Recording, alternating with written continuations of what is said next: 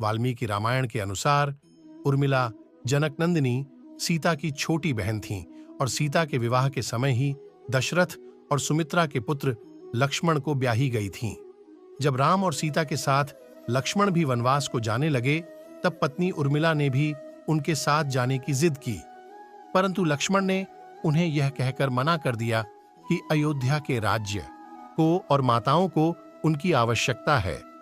उर्मिला के लिए यह बहुत कठिन समय था, ऐसे में जबकि वह नववधू थी और उसके दांपत्य जीवन की तो अभी शुरुआत ही हुई थी। लक्ष्मण के वनवास जाने के बाद उर्मिला के पिता अयोध्या आए और उर्मिला को मायके चलने का अनुरोध करने लगे, ताकि मां और सखियों के सान्निध्य में उर्मिला का पतिवियोग का दुख कुछ कम हो सके।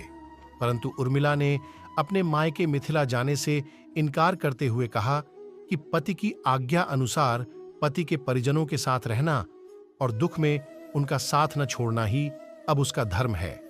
यह उर्मिला का अखंड पतिव्रत धर्म था। जब लक्ष्मण जा रहे थे, तब इस सबसे विकट क्षणों में भी उर्मिला आंसू न बहा सकी, क्योंकि उनके पति लक्ष्मण ने उनसे एक और वचन लिया था कि वह कभी आंसू न बहाएंगी, क्योंकि अगर वह अपने दुख में डूबी रहेंगी तो परिजनों का ख्याल नहीं रख पाएंगी।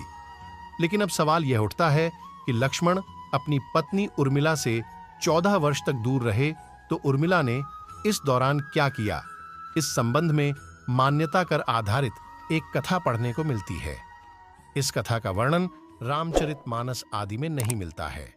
कथा यह है कि रावण के पुत्र मेघनाद को यह वरदान था कि जो व्यक्ति 14 वर्षों तक सोया न हो, वही उसे हरा सकता है। हालांकि लक्ष्मण अपने भाई श्रीराम और भाभी सीता की सुरक्षा और सेवा में इतने लगे रहे कि वे 14 वर्ष तक सो ही नहीं पाए। कथा अनुसार उनके बदले उर्मिला 14 वर्ष तक सोती रही।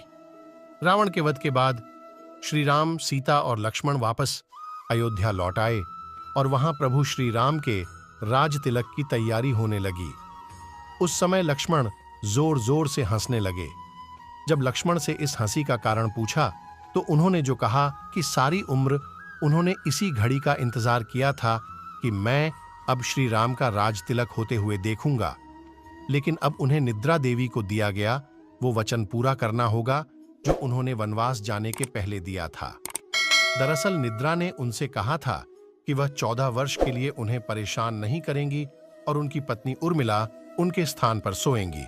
निद्रा देवी ने उनकी यह बात एक शर्त पर मानी थी कि जैसे ही वह अयोध्या लौटेंगे, उर्मिला की नींद टूट जाएगी और उन्हें सोना होगा।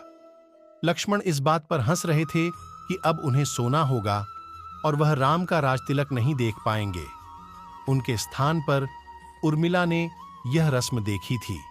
अगर आप लोगों को हमारी यह कहानी अच्छी लगी हो और ऐसे ही कहानी सुनना चाहते हो, तो कृपया हमारे चैनल को लाइक और सब्सक्राइब कर लीजिए और बेल आइकन को दबाना बिल्कुल भी मत भूलिएगा।